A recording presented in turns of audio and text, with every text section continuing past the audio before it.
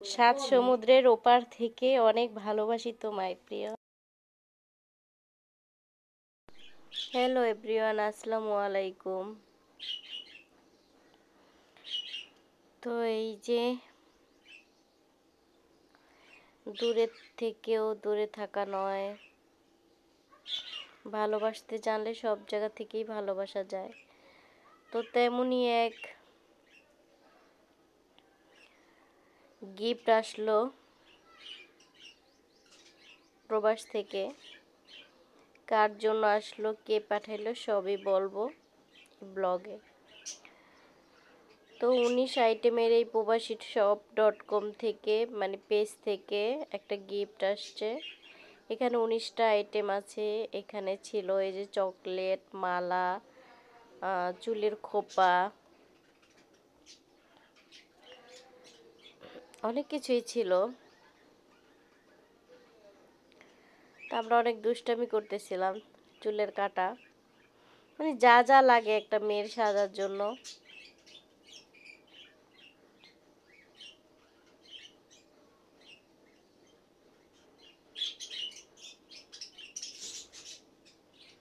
মেহেদি, টিপ, আয়না, পিন, হিজাব পিন,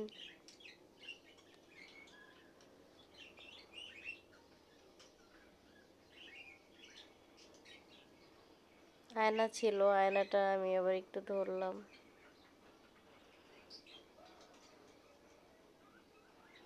চুলের কাটা,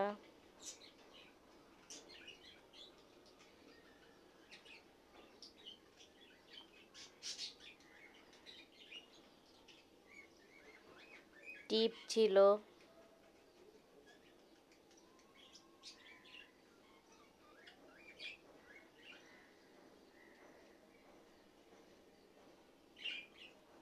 নেল পলিশ, লিপস্টিক, সব কিছুই ছিল মোটামুটি। তো দূরে থেকেও যদি এরকম একটা গিফট করা যায় মনের মানুষটিকে, কাছের মানুষটিকে, তাহলে আর কি লাগে? তাহলে তো আর কিছু লাগে না। একটা চাবির রিং ছিল।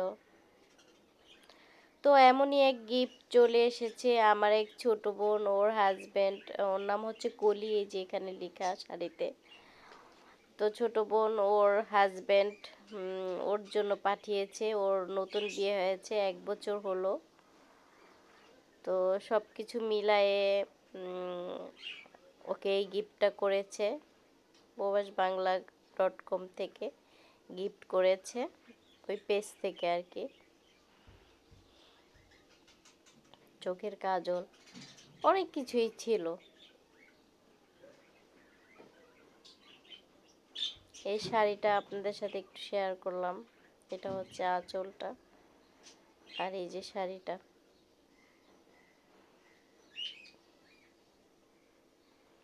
শাড়িটা অনেক সুন্দর, অনেক, আমার খুবই ভালো লেগেছে শাড়িটা, অনেক সুন্দর ছিল।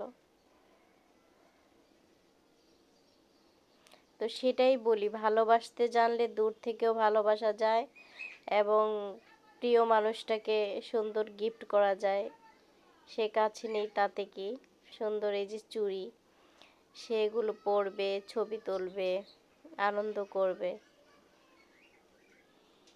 এখানে ফুলও ছিল, এই যে খোপায় দেওয়ার জন্য ফুল ছিল। তো ওকে আজকে আজ চুড়ি দিয়েছিল 2 মুঠ। এগুলো পরায় সুন্দর করে সাজিয়ে দিব আমি।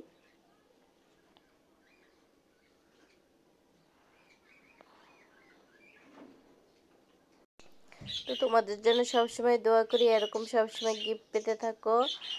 আর আমার ভিডিওটি ভালো লাগলে অবশ্যই লাইক করবেন, শেয়ার করবেন। আল্লাহ হাফেজ।